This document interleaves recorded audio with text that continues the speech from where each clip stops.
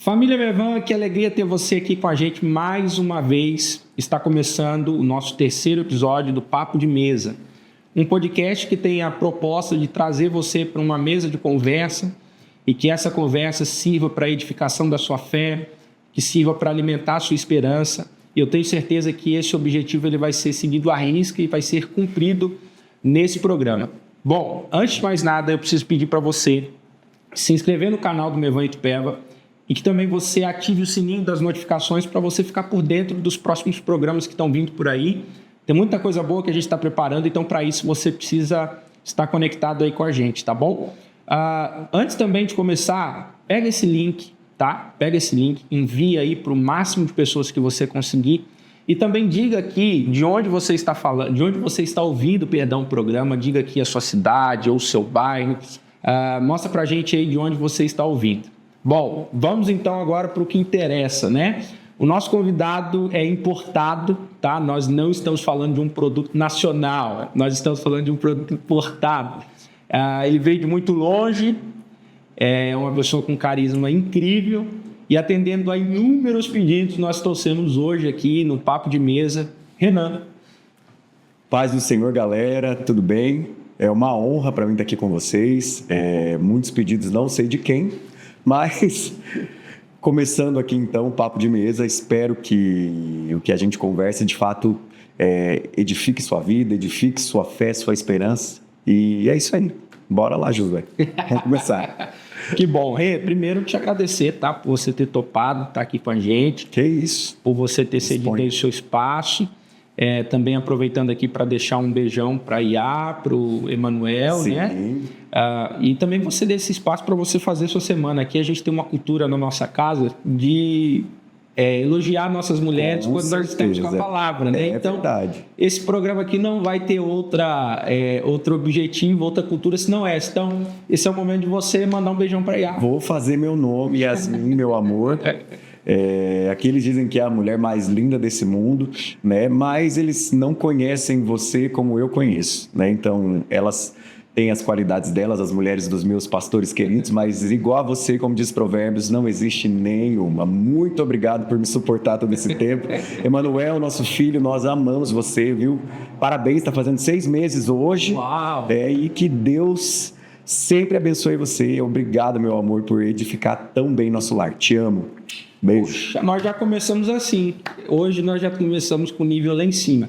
Bom, eu acho que você, Renan, é uma figura aqui no Mevan Itupeva que as pessoas elas admiram muito, gostam muito de você, mas também por você ter vindo de longe. Eu acho que também tem muita curiosidade. Eu acho que esse programa vai servir para isso. Os primeiros passos do Renan, onde nasceu, a infância, como foi? Tá. Meu nome é Renan Lopes, eu tenho 35 anos e eu sou natural de Umuarama, no Paraná. Eu sou caçula, rapa do tacho do seu Ismael e da dona Lúcia, e eu nasci num lar cristão, eu sou batista de formação e eu, desde muito novo, sempre soube quem era Jesus, o que ele fez pela humanidade. E a minha infância foi uma infância normal, eu cresci numa casa normal, a gente não viveu grandes momentos, nem grandes eventos, né? A gente viveu debaixo da graça de Deus e isso sempre foi... Hoje, né, mais velho, eu consigo entender que isso sempre foi muito realidade dentro da casa dos meus pais, porque meus pais sempre foram muito constantes.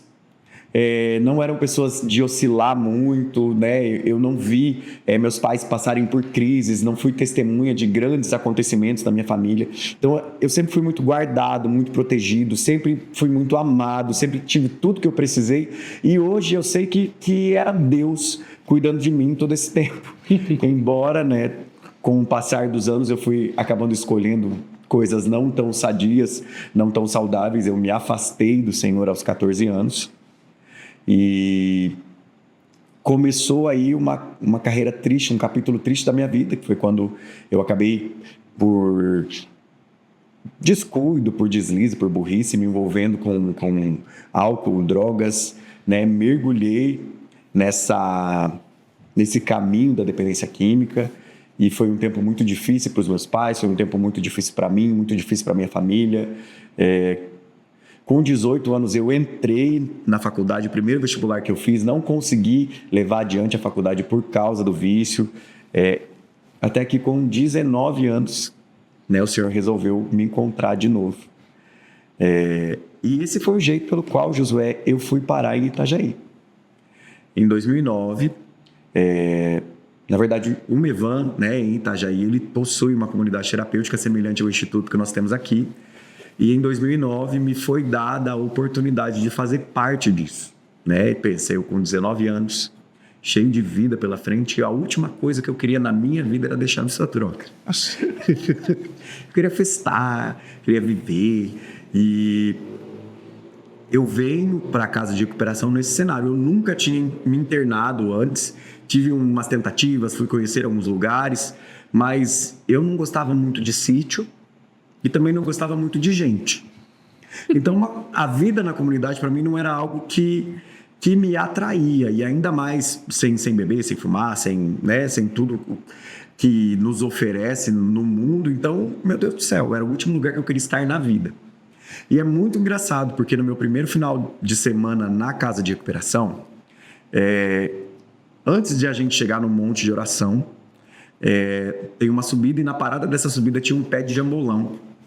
Não sei se vocês conhecem jambolão, mas é uma árvore muito frondosa, tem um fruto roxo que mancha a roupa, enfim. Tinha um pé de jambolão, embaixo desse pé de jambolão tinha um banco. E eu, no auge da minha indignação, eu fiz uma oração. Eu disse o seguinte: Deus, se de fato o Senhor tem um plano na minha vida, essa é a sua oportunidade. Se não, o Senhor me deixa para lá, me deixa eu festar, me deixa viver do jeito que eu quiser. Mas se o Senhor tem uma oportunidade, se o Senhor tem algo na minha vida, algo a fazer em mim, a sua oportunidade é essa. O homem que deu oportunidade para Deus. Isso. E sabe o que acontece? A coisa mais doida é que Deus não desperdiçou a oportunidade. Porque isso foi num sábado à tarde. No sábado à noite nós tivemos um culto. Nesse culto apareceu uma senhora. E aí essa senhora veio também e falou assim: meu Deus, é você.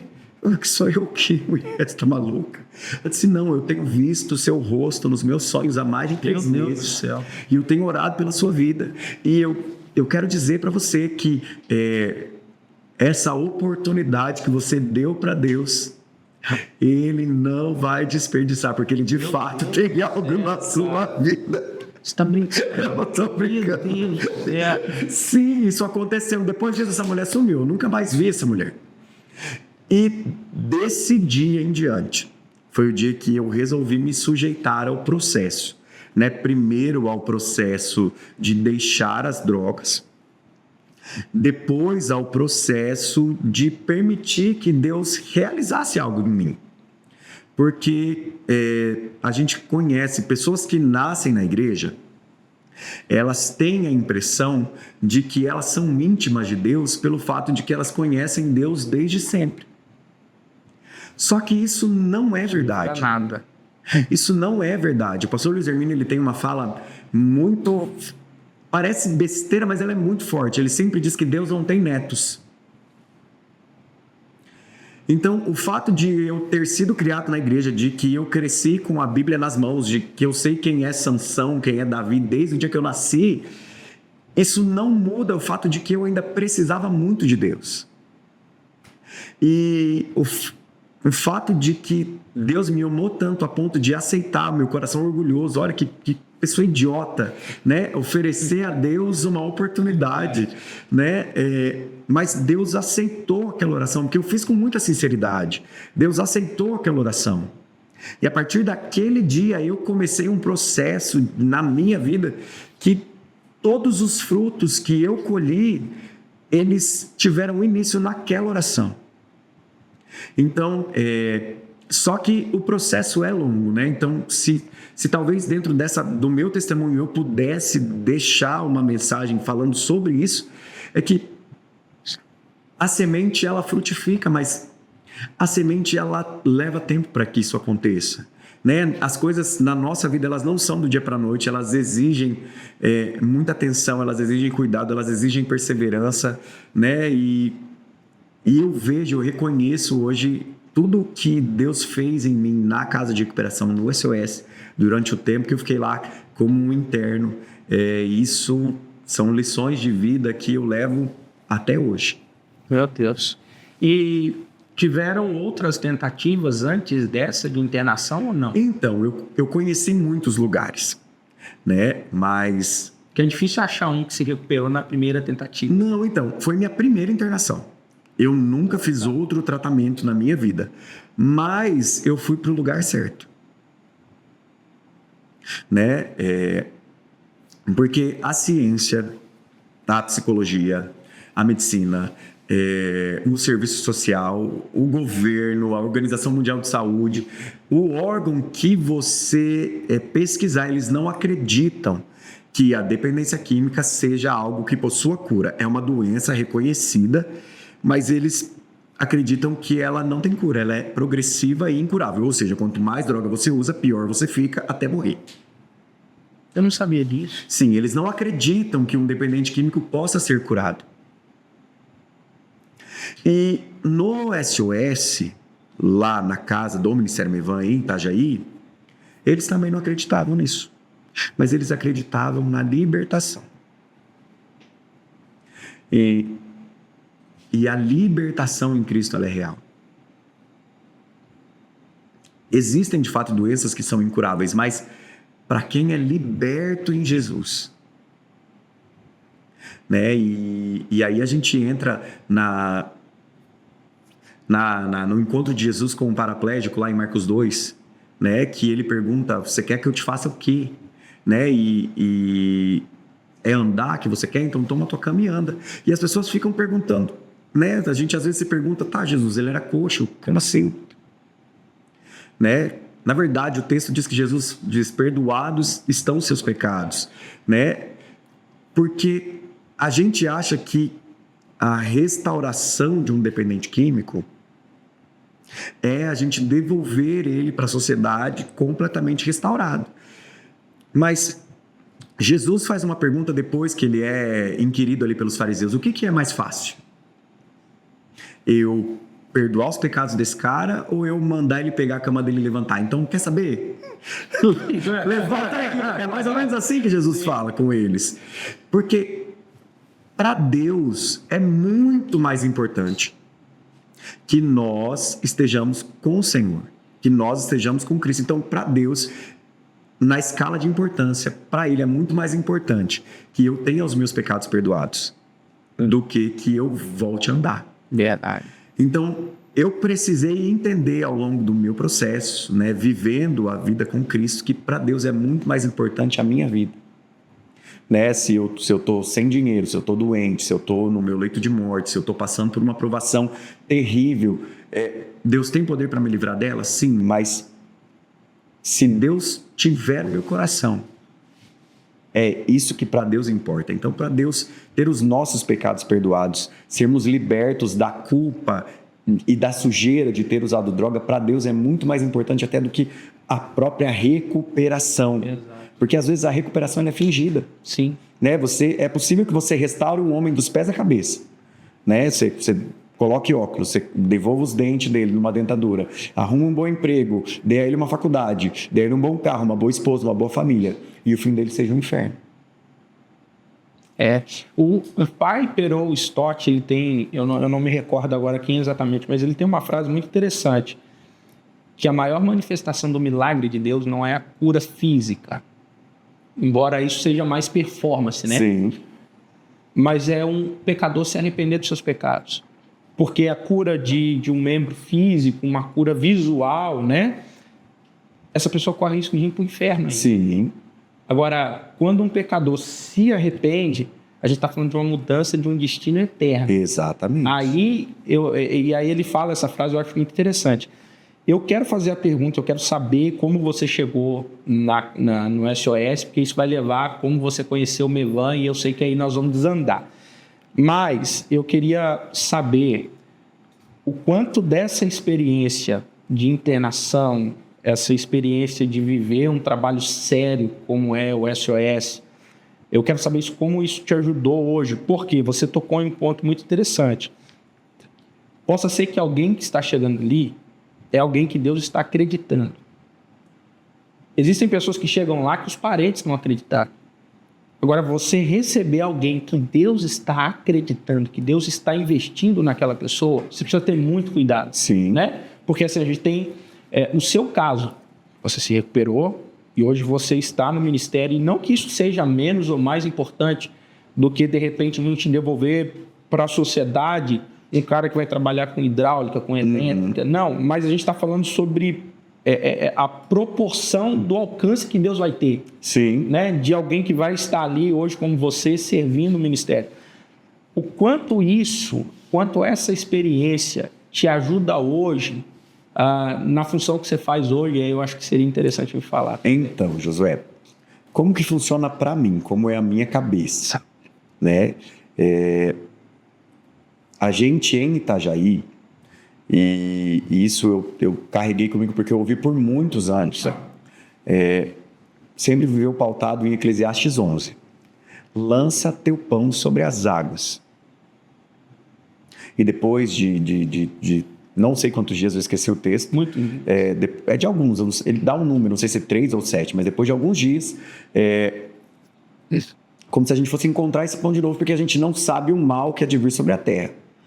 Então, a nossa função, enquanto pessoas que estão nesse lugar, né, e eu acredito que de uma forma pastoral, com cada pessoa que chega aqui na igreja, lançar o pão. Porque eu creio que, de uma certa forma, Jesus acredita em todas as pessoas que nos procuram. Né? São oportunidades que as pessoas têm. Nossa mente ainda não conseguiu entender o limite entre a soberania de Deus e o livre-arbítrio do homem. Mas as duas coisas são reais. Né? E elas agem simultaneamente. Né? Então, está operando agora em nós aqui a minha vontade, mas também a soberania de Deus, junto comigo, e elas funcionam de uma maneira que a gente não consegue discernir o que é o que. Né? Mas é verdade que, ainda que as pessoas se percam, não é desejo de Deus que ninguém se perca. A vontade de Deus é que todos sejam salvos. Tudo que Jesus fala a Nicodemos lá em João 3, basicamente é isso. No plano de Deus não estava ninguém para se perder. Então, uma pessoa que recebe a oportunidade num lugar como um instituto de ter a sua vida transformada, é Deus acreditando nela. É a misericórdia de Deus, é o perdão de Deus em operação ali, né? Como fala em Isaías, que Deus está nos atraindo com cordas de amor, com laços de benignidade. Então, Deus está nos atraindo. O tempo todo Deus está tentando se fazer ser percebido, né, na vida das pessoas, seja com alguém que dá um alimento na rua, seja com alguém que leva uma coberta, seja com alguém que estende a mão e diz, cara, eu tenho um lugar para te ajudar. Então, quando chega alguém para mim, meu primeiro momento é acreditar. Né? O que vai acontecer daqui para frente é você que decide. Mas e se é aqui? E se a chave vai virar agora? Entende? Então, a gente tem que estar pronto para o agir de Deus a qualquer momento. Porque você foi para a igreja... você é cristão de berço também? Sim. Né? Então, como é que seu pastor sabia, lá na sua infância, que aquela mensagem que ele pregasse aquele dia era a mensagem que o Espírito Santo ia convencer você de que você precisava de Jesus? Então, eu não sei que dia é esse dia na vida dos caras que estão lá. Eu tenho uma função, que é estar lá, estar presente, dizer, cara, vamos, Deus é contigo, vai acontecer. Se você se esforçar, se você aceitar o processo, se você mergulhar de cabeça, isso vai mudar a sua vida. Mas o dia que eu não sei. Né? O seu pastor, o pastor Misael, está aqui domingo após domingo, ministrando de manhã e de noite, né? Ministrando na quinta-feira de novo. A gente não tem noção de quando Deus vai dizer, é agora. Então, por conta disso, né, como diz Eclesiastes 11, nossa função é lançar um pão. Porque em algum momento, né, como diz segue dizendo, né, aquele que observa o vento nunca ceifará, o que só vive de olhar o céu nunca colherá, porque assim como não conhece o caminho dos ventos, nem sabe como se forma o bebê no ventre da que está para dar à luz, assim é Deus que faz todas as coisas. A gente não sabe o momento em que Deus vai resolver agir, mas em algum momento Ele vai. Ele vai. Ele vai. Ele vai. Então, e como que você chegou na SOS? O que te levou para lá? Porque você não era de Itajaí. Não. Você era de Umuarama. Umuarama, no Paraná. Tá. Inclusive, bem longe de Itajaí, diga-se de passagem. Então, um casal de tios meus, eles hoje vivem em Curitiba, não estão mais no Mevan, mas eles eram pastores lá. Nossa. E no auge do meu processo, assim, na loucura da minha vida, meus pais pediram ajuda a eles. E eles disseram, não, traz o Renan para cá que nós damos jeito no menino. E foi assim que eu conheci o Mevan. Foi assim que eu fui parar no SOS. Eu não sabia o que era o Mevan. Na verdade, eu conhecia o Mevan porque a minha irmã, a Viviane, ela tinha o CD chamado Papai Não Dorme, que foi um CD gravado pelo apóstolo Luiz Hermínio. Isso é coisa antiga, isso é velho. Pregação? Não, música. Sim, chama Papai Não Dorme. Tem no Spotify, depois vocês procurem. E ela gostava muito da música Papai Não Dorme. E eu conhecia o Luiz Hermínio desse lugar, eu não sabia quem era. Ele não tinha a expressividade que ele tem hoje. Então eu cheguei em Itajaí por conta dessa minha tia e fui para o SOS direto. Eu não tive uma proximidade com ele, eu não sabia quem era ele. Eu conheci o pastor Ulisses, que na época ele era o diretor da comunidade terapêutica. Ele ocupava a função que eu ocupo hoje aqui no Instituto. Então eu fui para lá, na época, eu fui dormir no chão. Pensa aí, o filhinho de papai, rapa do tacho, né? 19 aninhos, né? Fui dormir no chão, porque não tinha lugar. Tinha, acho que 60 pessoas na época, cabia 36. Né? Fui dormir no chão. Minha primeira tarefa foi limpar banheiro. Eu nunca tinha capinado na minha vida. Meu Jesus. Só que aí depois dessa oração que eu fiz no banquinho, no pé de jambolão, eu decidi que se eu ia fazer aquilo, porque de primeiro eu estava aprisionado, Tá. né? De uma forma muito pequena, eu acho que eu entendo o que Paulo diz, quando ele diz assim, vocês acham que vocês estão me prendendo? Vocês não estão me prendendo, prisioneiro, eu sou de Cristo, né? Então, eu cheguei enjaulado. Mas do momento em que eu dei a oportunidade a Deus e ele aceitou, do momento em que eu recebo essa palavra dessa senhora, eu disse, não, se eu vou ficar aqui, eu vou fazer a coisa direito. Né? Vai ser para ser uma vez só. Então, assim, vamos que vamos. E então, eu deixei de ser prisioneiro, né, da minha família, das expectativas das pessoas. Eu deixei de ser prisioneiro e passei a ser uma pessoa comprometida com a minha libertação. Né? Então, isso virou uma chave. E aí, na minha conversa com meus pais, com meu pai, que era de 30 dias, depois ele veio me buscar, viraram 3 meses, e com, 15 dias interno lá no SOS, e aí eu falei, não, eu vou até o final. Mas aconteceu algo específico para isso ou não? Então, aconteceu específico não, mas a gente vivia debaixo de uma graça absurda de Deus, né? Não existe um lugar onde a graça de Deus se manifesta mais do que onde há corações arrependidos. E onde abundou o pecado, superabundou a graça, é um negócio que nós vivemos numa base diária lá. Porque assim, numa comunidade de corações arrependidos, porque sim, existem pessoas que não deram certo, né? Eu mesmo, durante o meu processo, me reencontrei com pessoas que foram e voltaram 3, 4, 5 vezes, mas no momento da reunião, no momento da busca de Deus, aquilo era tão verdadeiro, né? Tinha gente tão agoniada, desejando que Deus fizesse algo na vida deles, porque é uma prisão, né? Você está há 20 anos botando todo o seu trabalho, né, fora. Às vezes você é muito trabalhador, você trabalha de sol a sol para conseguir o sustento da sua casa, mas a hora que você pega o dinheiro na mão, você não consegue chegar em casa. Né, viver uma vida onde seus filhos não te conhecem, te rejeitam, onde seus pais te rejeitam, seus irmãos te rejeitam, porque você é uma prisão. Né? As pessoas veem o dependente químico como alguém que não tem vontade própria, ou como alguém que não quer mudar de vida, ou como alguém que não quer compromisso não quer se comprometer com as coisas que a vida exige de nós, né? Porque ser casado exige um nível de comprometimento, pagar as contas em dia exige um nível de comprometimento, trabalhar exige. Então as pessoas tratam o dependente químico como alguém que não quer fortalecer esse comprometimento na sua vida, mas a verdade é que diante da droga, diante do álcool, muitos de nós, eu inclusive, nós somos impotentes.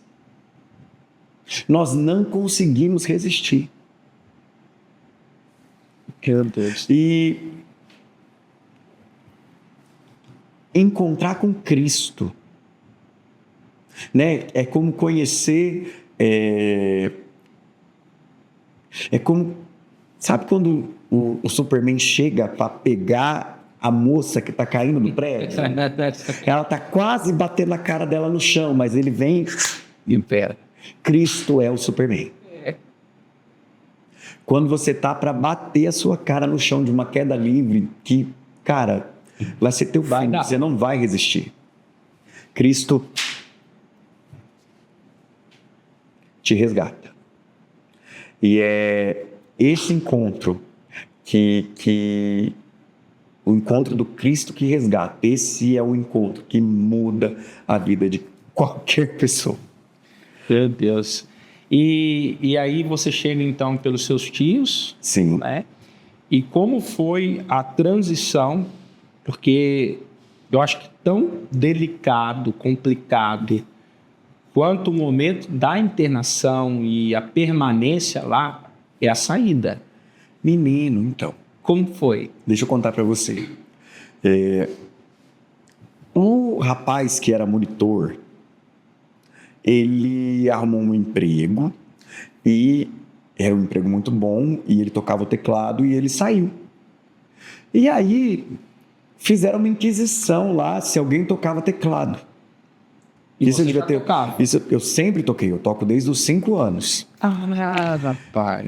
Eu sempre toquei. Aí fizeram uma inquisição lá, alguém toca teclado? Falei, eu toco.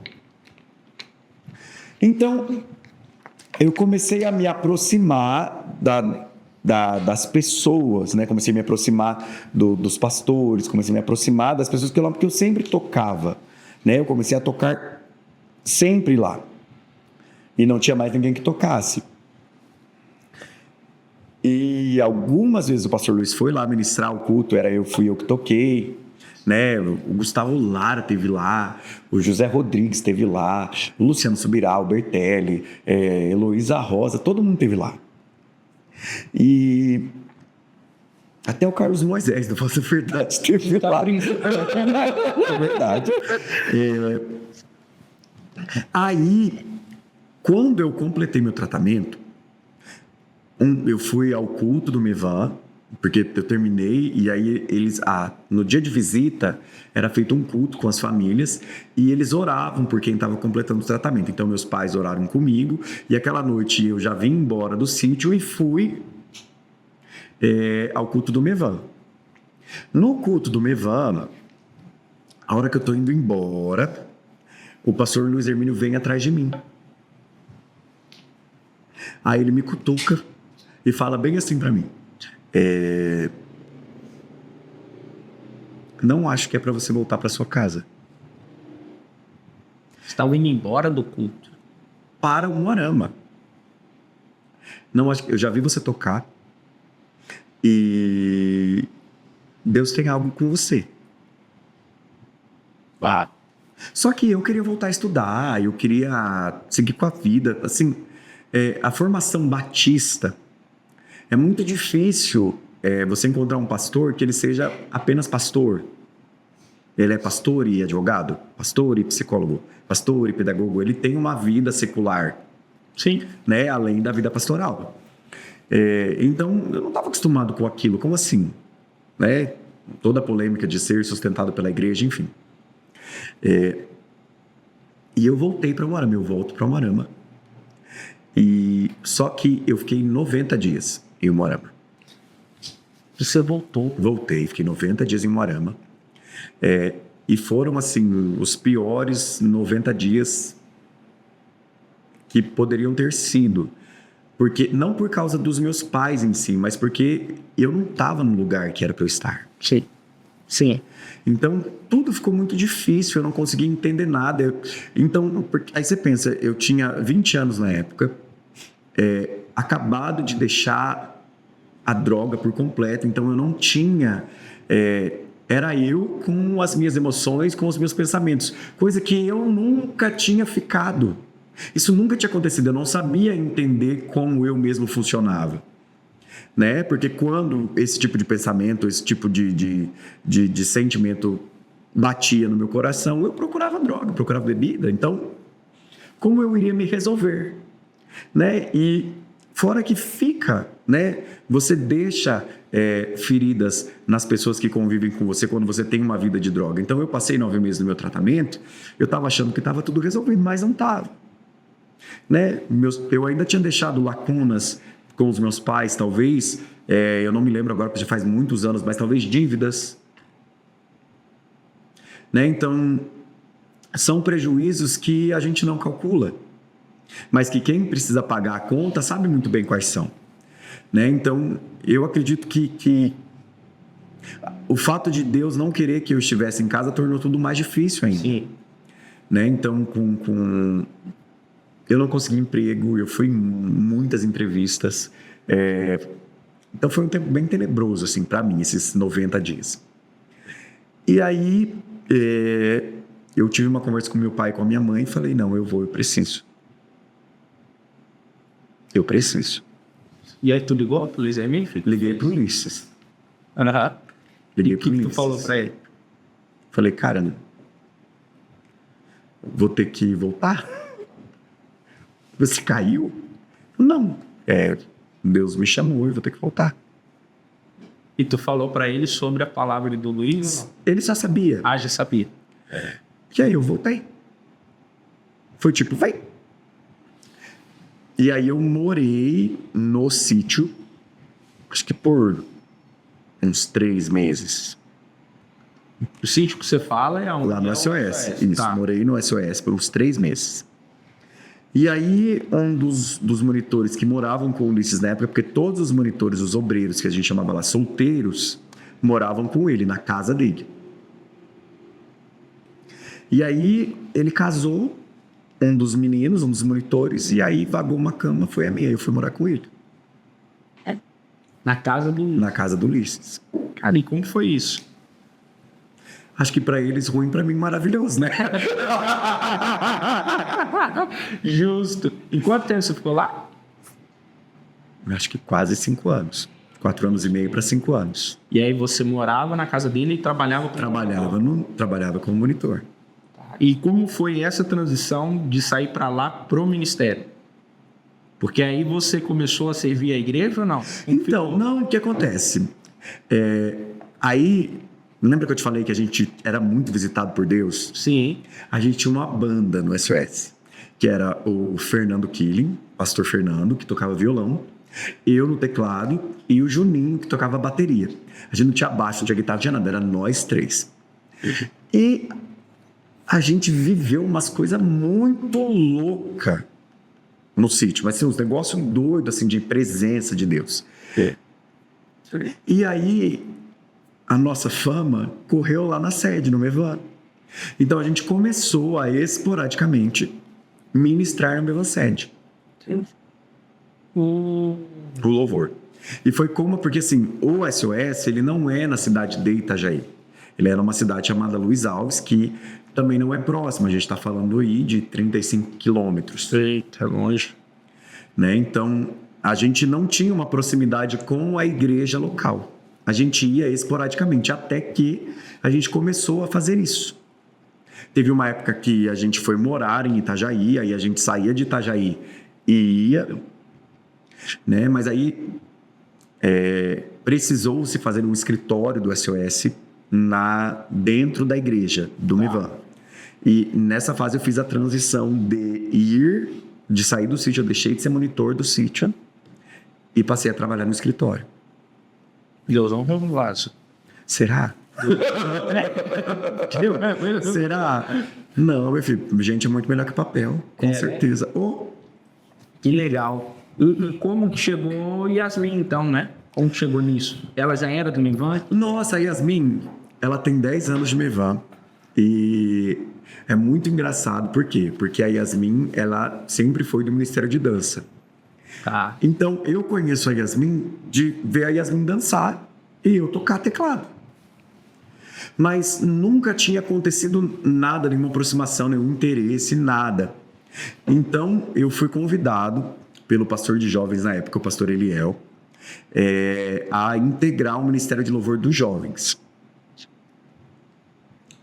E a vontade dele era chamar a Yasmin para cantar.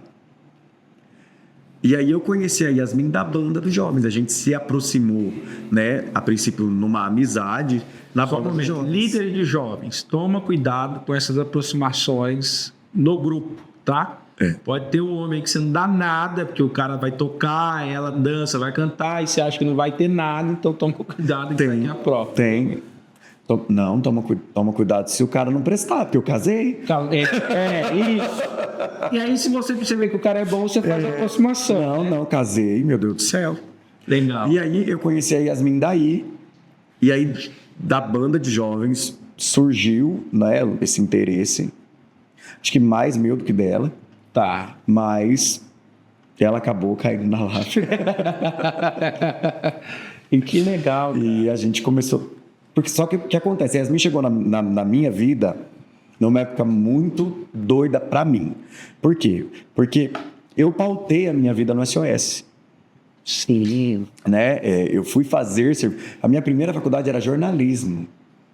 Que também, pra mim, você leva jeito. Nada tinha a ver com social. Entendi. Né? Eu fiz serviço social por causa do SOS. Porque eu queria fornecer ferramentas para o SOS. Eu queria que o trabalho do SOS tivesse algum respaldo, que fosse profissional de alguma maneira. Só que o que aconteceu? Na semana de eu apresentar o meu TCC, eu comecei a receber algumas palavras de Deus. E eu já estava num processo aí de 8 anos limpo, né? Que é como a pessoa que não usa droga se chama. E Deus começou a falar para mim que era chegado o tempo em que eu não seria mais conhecido por ter sido ex qualquer coisa. Então, que eu precisava me equipar, porque a gente se torna viciado no nosso próprio testemunho. Isso. Né? Na verdade, a gente tira a glória de Deus e coloca a glória no nosso testemunho. Não, porque eu era isso. Superei. Né? Mas... Deus não me criou para ser isso, eu era isso porque eu escolhi ser isso. Exato. Né? O que eu estou me tornando agora, eu também estou me tornando agora porque Deus interferiu no meu destino. Então, de mim não tinha nada. Né? A gente se torna um pouco orgulhoso do nosso testemunho e Deus começou a tirar essa identidade de mim. Né? Então, eu começo, terminando meu TCC, sendo demitido do SOS. Né? Então, nesse processo de transformação da minha identidade é que eu encontro a Yasmin. Quando eu deixo de ser o ex qualquer coisa. Então, assim, quando eu me encontro com a Yasmin, o namorado da Yasmin não era mais um ex-drogado. Eu era o Renan, ministro de louvor da igreja, eu era o Renan, sei lá, né, que é assistente social, mas eu não era mais o Renan que estava ligado ao SOS, à história do SOS. Tá vendo aquele menino lá, ó? Por que você não é igual a ele? Para de usar droga, olha o que Deus está fazendo na vida dele. Eu não era mais essa pessoa. Exato. Não que eu tivesse vergonha disso, não, é minha história, é o meu encontro com a misericórdia de Deus, não é algo que eu me orgulhe, porque existem caminhos muito melhores, mas é a minha história, eu não tenho vergonha dela. Mas quando eu me encontro com a Yasmin, eu me encontro nesse lugar de fato, eu não poderia começar a namorar uma menina sendo um ex qualquer coisa. Exato. A Yasmin não merecia isso, né? Então eu encontro ela nesse ponto. Quando Deus está mexendo na minha identidade, eu encontro com a Yasmin. E você acha que ela coopera nesse sentido, para tirar esse rótulo, por assim dizer? Ou já estava pronto esse processo? Não, então, foi um processo em andamento, Tá. né? Mas eu vi Deus me desvincular do SOS. Legal. Né? Deus me desvinculou do SOS porque o testemunho da gente, por ele ser algo onde a gente se glorifica, ele também é um escudo, é uma arma de defesa. Né? A gente não sabe falar sobre mais nada, a gente só fala sobre isso, tá? Mas e aquela vez que Deus fez isso na minha vida? A gente se torna muito egocêntrico. Sim. Né? E o nosso testemunho ele é válido, mas se ele edifica a vida de outras pessoas, porque, né, Provérbios diz que a gente não pode se louvar pela própria boca. Verdade. Né? Então, a Yasmin vem para selar esse processo na minha vida, né? E foi quando a gente começou a se envolver, né? Tivemos uma amizade. Eu já conheci meu sogro e minha sogra porque eles estão mais próximos da minha idade do que eu da Yasmin. Cara, sério? Sim, eu sou quase 10 anos mais velho que a Yasmin. Puxa vida, não parece. É porque você, eu acho que bebeu formal lá e eu te colocaram formal. Não usem drogas. Não faz jus, né? Não, já são quase 16 anos. Né? É que também você foi pro tratamento muito novo, né? Muito novo. Bacana. Pra gente caminhar pro final, acho que seria interessante já ter. Não, vai ter parte 2, eu volto aqui. Tá vendo? E eu confessar, antes da gente começar, ele tava com medo de 1 hora, né, Gui? Eu trouxe 1 hora e aí ele não conseguiu dizer tudo, tá vendo? Como que aconteceu essa transição para Itupeva? Eu acho que deve ter sido uma loucura. Nossa, total, gente, né? então não, vocês querem uma parte 2, porque a história é muito longa, tá? Então eu preciso começar do pontapé inicial todo, que é meu encontro com Misael e Thaís. Tá? Opa, chutei água. Numa primícia de uns 3 anos, 4, tá? Eu ganhei uma moto, eu e a Yasmin ganhamos uma moto, da pastora Esther. E ali, a gente está andando pela igreja, aí a pastora Thaís, ela fala assim, isso aqui é uma oferta para você, para fazer a documentação da moto. E foi ali que a gente se conheceu. Eu nunca tinha visto eles na minha vida. Não sabia quem era, não sabia nada. E aí, dali em diante, todas as vezes que eu encontrava com eles, no elevador, na porta da igreja, num negócio, eles diziam assim, pastor Misael, saiba que existe um povo em Itupeva orando para que vocês vão para lá. Quem é Itupeva? Meu Jesus. Sim, totalmente fora. E aí, a Yasmin engravida da Olivia, né? E então, esse processo da nossa vinda para Itupeva, ele estaciona, né? O pastor Ulisses e o Misael e a Thaís já conversavam aqui sobre uma possível transição nossa, só que a gente não sabia de nada. E a Olivia nasce, com 3 meses de vida a Olivia falece, e isso inicia um processo na nossa vida muito árduo, longo, né? E no meio desse processo, a gente recebe um convite para vir para cá. Que foi? Em 2023, a pastora Thaís nos convida para vir para cá, passar um tempo aqui. E a gente veio. Não foi o que nós nos conhecemos. Nós nos conhecemos foi ano passado. Não, nós nos conhecemos ano passado. Uhum. E a gente veio para cá. E a gente, eu acho que ficou uma semana aqui. Quem morava na Casa Azul, na casa do sítio de cima, era a Laisla e o Rafa ainda. A Rafinha tinha acabado de nascer, um bebê de colo. Tinha poucas pessoas no instituto. E ali, a Thaís e o Misa.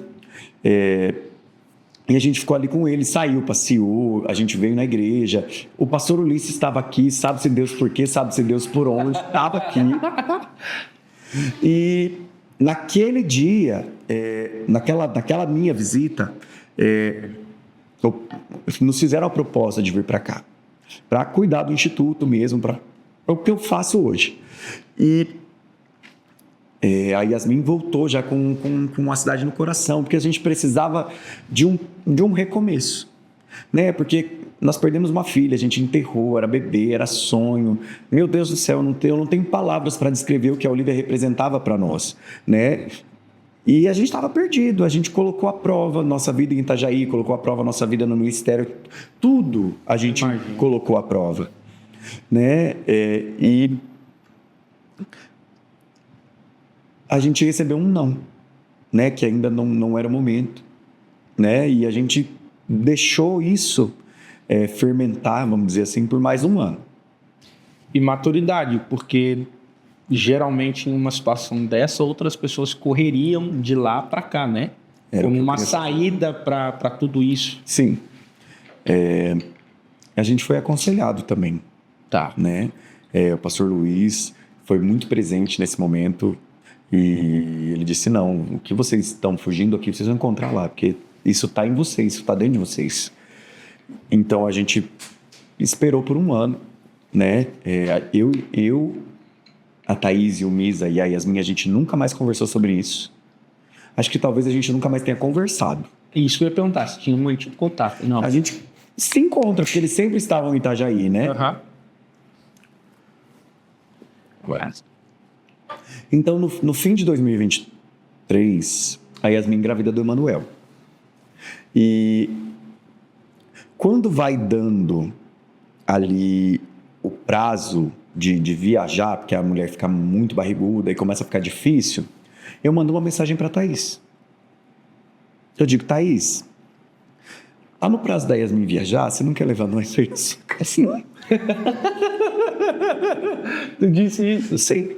E ela disse, vem, passa a semana aqui. Aí eu passei a semana no instituto, ministrei todos os dias devocional com os meninos. Que foi quando nós nos conhecemos. Foi quando a gente se conheceu. E aí, nessa viagem, Deus falou comigo. Legal. Deus falou, Renan, acho que é agora. Só que eu sou extremamente bíblico. Se Deus me deu uma palavra, eu preciso que essa palavra esteja na Bíblia. E Deus falou comigo acerca do jovem rico. Né? Deus... Porque a conversa de Jesus com o jovem rico é mais ou menos assim. O que eu faço para herdar a vida eterna? Ama o Senhor teu Deus e ama teu próximo e cumpre a lei e tralalá. Aí ele fala, eu já faço isso. Aí Jesus fala para ele assim, então vende o que você tem, dá para os pobres e me segue. E o Espírito de Deus começou a ministrar no meu coração, porque a proposta para o jovem rico nunca foi se desfazer das riquezas. Sempre foi seguir Jesus. Então, como se Deus estivesse dizendo para mim, tira os olhos da sua riqueza. Quais eram as nossas riquezas? Eram as portas que a gente tinha aberto, eram as mesas que a gente se sentava, né? Eram os nossos conselheiros, né? As pessoas que falavam ao nosso coração são pessoas que falam no coração de lideranças importantíssimas na nação e no mundo. Né? Você sentar na mesa, jantar, almoçar com o apóstolo Luiz Hermínio é motivo de grande honra para mim. Sim. E para muita gente. Então, assim, o Espírito de Deus começou a falar assim, tira os olhos disso. É muito legal, vocês amam o Senhor, vocês cumprem a lei, vocês ministram louvor, as pessoas admiram vocês. Olha que testemunho lindo que vocês têm de perseverança, perderam o bebê e tudo mais, mas se vocês não olharem para isso, existe uma proposta para mim, para que vocês me sigam. E foi aí que eu entendi que Deus não estava pedindo para que eu me desfizesse da minha história, para que eu me desfizesse de Itajaí, para que eu me desfizesse daquelas pessoas, para que eu me desfizesse da minha história ministerial, né, e ir para um lugar onde as pessoas iriam me conhecer, né, com todo o direito de gostar ou não de mim, porque isso é um direito que as pessoas têm. Precisar refazer amizades, refazer alianças, refazer relacionamentos, sentar em novas mesas. Não era de perda. Né? Deus não estava nos chamando para perder. Deus não estava chamando para segui-lo. E a gente escolheu seguir. Então, foi por conta do tempo, que era o oportuno, e essa palavra, foi a palavra que nos moveu. E aí, a partir daí, a gente foi falando com as pessoas, o que vocês acham? Não, agora é o tempo, vocês precisam ir.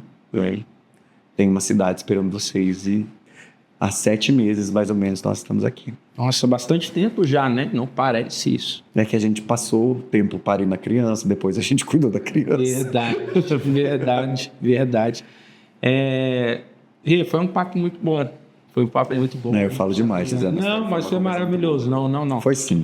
Foi maravilhoso e eu queria te agradecer muito mesmo. Pelo seu coração, pela pessoa que você é, pela sua disponibilidade em servir, em estar aqui. Eu acredito que essa não é só uma estima minha, mas eu acho que toda a igreja admira você, por tudo aí que vocês estão entregando para o Senhor. E eu acredito que a estadia de vocês aqui é para um crescimento, para um nível maior, e eu tenho convicção disso. Como aqui é uma mesa, né? É um bate-papo de mesa, a gente gosta sempre de encerrar com um conselho, né? Eu particularmente acredito que mesa é esse lugar. Que lugar de conselho. De alinhamento. Eu tenho experimentado esse poder da mesa, esse poder de conselho. Se você pudesse deixar um conselho, pode ser algo que o Senhor nesses dias está trazendo para você, dentro da estação que você está vivendo, eu acho que seria bom você deixar um conselho para a gente encerrar. Tá, um conselho. Poxa, você me pegou agora. Não, você falou que sua mente era raciocínio. Não, minha mente é raciocínio, mas é que tem muita coisa que eu quero dizer. Mas eu vou deixar, porque como ministro de louvor, ministro de adoração, me lembrei... Eu não sei porque a gente não falou desse aspecto da minha vida, né? Mas ele é um aspecto latente na minha vida. E no Salmo 119, versículo 7, diz o seguinte: vou louvar-te com o coração reto, quando aprender suas justas decisões.